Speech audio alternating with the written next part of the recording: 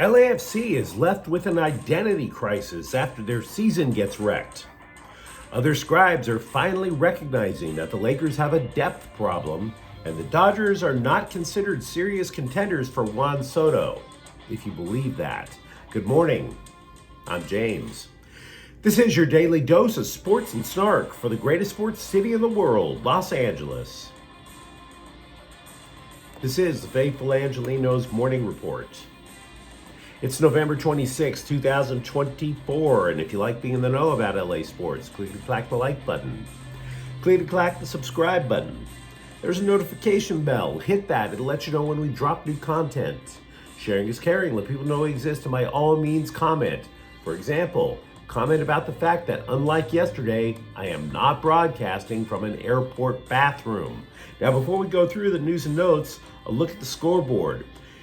Look, the Angelenos just straight up got punched yesterday. Baltimore 30, Chargers 23. The Bolts' 4-game winning streak gets snapped, and in my opinion, it's a case of where the sequel just isn't as good as the original. It's been well documented how the Chargers were building a West Coast version of the Baltimore Ravens, from the front office to the sideline and players on the field. And the Chargers were held to 285 yards of offense. Justin Herbert threw for 218 yards, no touchdowns, although he did rush for a score.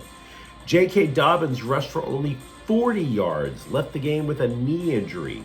Lamar Jackson, meanwhile, passed for 2 touchdowns, rushed for another for the Ravens. Boston 126, Clippers 94. Ivica Zubac scored 23 points with 10 rebounds for the Clips. And the Kings allowed one of the worst teams in hockey to score 7 times last night. Why would you watch that? Why the hell did I watch that? San Jose 7, Kings 2. Brant Clark and Ajay Kopitar scored the Kings' goals. Meanwhile, today, the Lakers are at Phoenix with 7. Kevin Durant and Bradley Beal are expected to play against the Lakers in the NBA Cup. Ooh. And Southern Utah is at UCLA at 7 o'clock. Let's get to the news.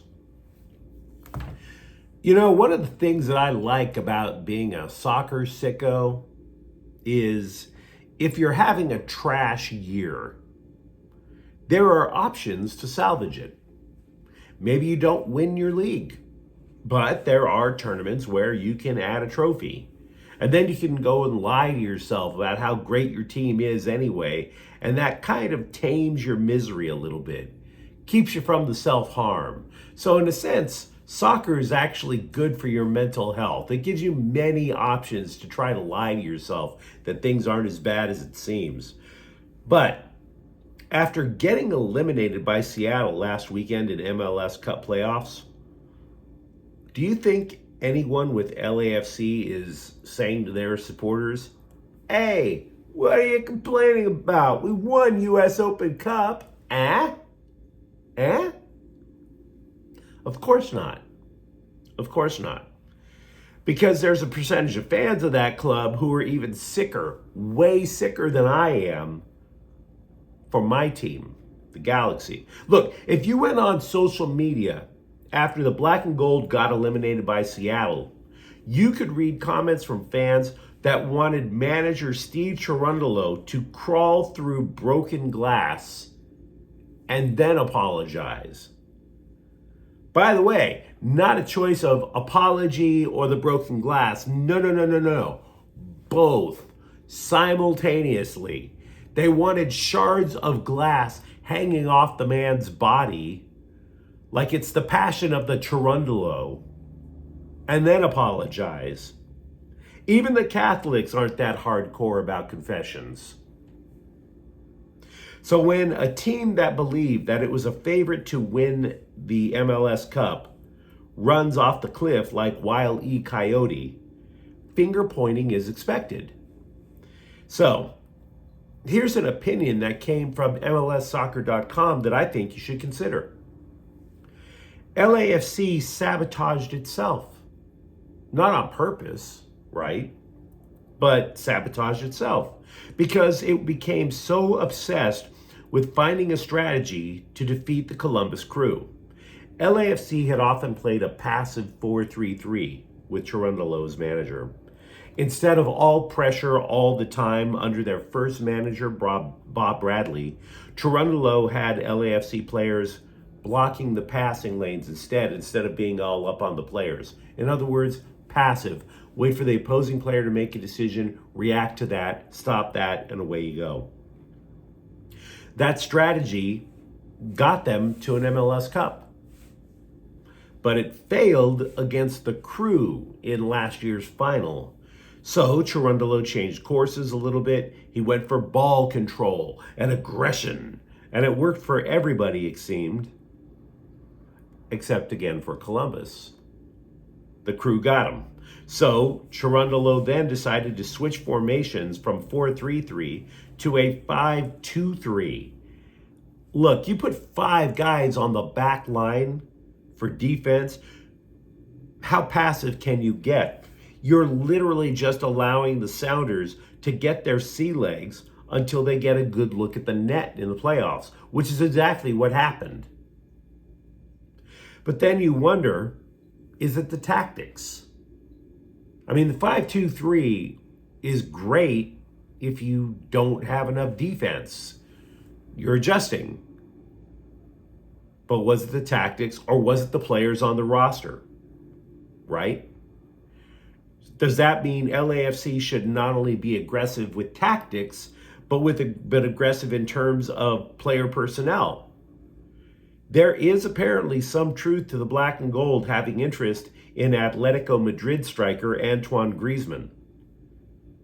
But then you sit there and go, do you really want to roll the dice again on French players in their mid-30s? Olivier Giroud didn't exactly work out, did it? But who am I? Even still, there are going to be other holes in the roster to fill. Good players, I might add. Midfielder Ilie Sanchez, the guy who clinched LAFC's lone MLS Cup, is a free agent.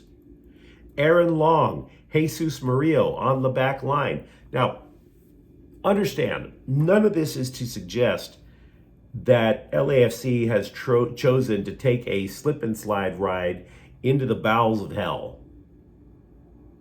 I'm not sitting there saying you're looking at the San Jose Quakes just like that. It simply means that they have a challenging offseason ahead. And it's not a challenging offseason to maintain. It's a challenging offseason to almost rebuild. Almost. And if you add on top of that the strategy on the pitch, we're not even sure what type of team LAFC wants to be. And where does that come from? Right? There's a distinct argument that can be made that their biggest problem is not the manager, is not the personnel. You can make the argument is their big problem was a front office brain drain, which kicked off in earnest, I might add, when Will Kuntz left LAFC for, wait for it, the LA Galaxy. You have to wonder if Kuntz might have been a crucial element to this mastermind kind of vibe that LAFC had when it opened up. Lots to talk about with the black and gold. And by the way, since I have my share of haters with the black and gold, looking forward to hearing from you. Rui Hachimura returned from injury just in time for the Lakers to get their fannies paddled by Denver a couple of days ago. Only Hachimura's 10 points weren't enough. He also became team psychologist and gave a harsh diagnosis, quote, "We kind of relaxed for some reason in the third quarter. They just played harder and we couldn't. We didn't fight back. I know they were playing back-to-back. Last night they played and they were tired, but they just played harder than us," unquote. Now, that sounds troubling.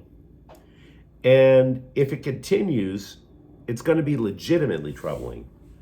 But the reason I think that the usual suspects who like to amplify Lakers gossip the blogosphere that just keeps face planting with one false Laker story after another. The reason that I believe that the gossip sphere is making way too much of a big deal out of this is because this is the kind of thing that often gets self-corrected in the locker room. If the Lakers were turning in lousy efforts night after night, you think LeBron James is going to keep his mouth shut? Right?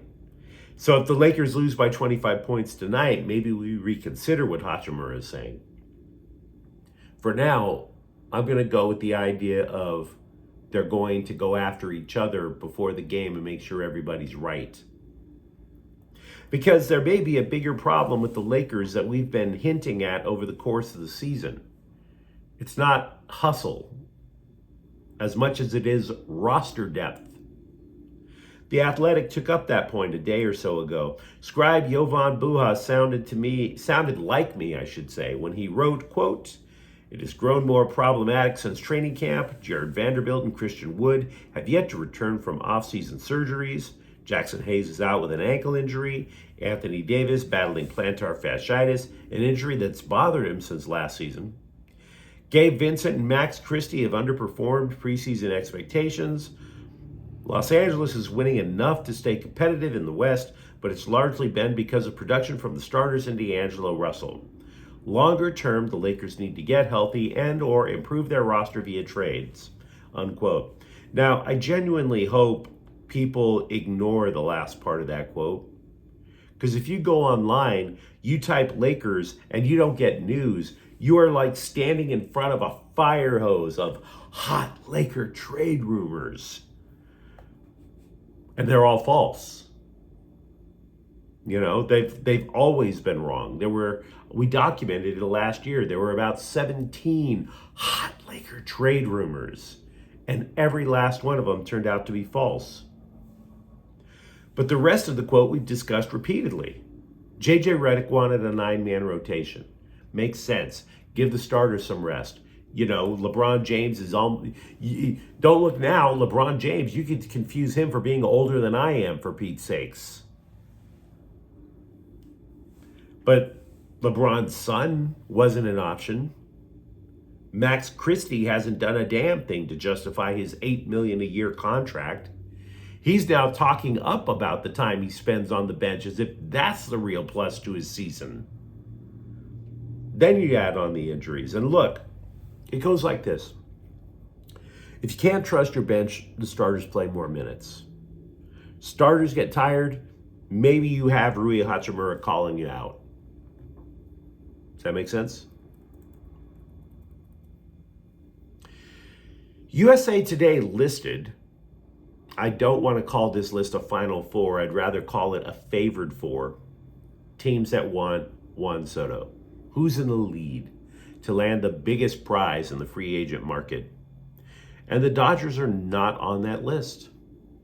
All 4 teams listed are on the East Coast. The reason that I am not putting that story higher on our topics for the day is because the writer is Bob Nightingale, who is one of baseball's most mistake-prone writers. When it comes to errors committed, Bob Nightingale is the 1962 Mets of sports journalism. Bob Nightingale once wrote that Kyler Murray was on his way to A's spring training after Murray told everybody online that he was going to play in the NFL. Bob Nightingale wrote Trevor Bauer signed with the Mets. Done deal. And then, of course, Bauer signed with the Dodgers, for what it's worth. I mean, what I'm saying is this guy has a profound history, not just of being kind of wrong, but completely wrong. Now, this is not to suggest the Dodgers are the favorites. I don't think Juan Soto is coming to the Dodgers either. But if I'm going to buttress my opinion, I'm damn sure I'm not going to be using the reportage of Bob Nightingale.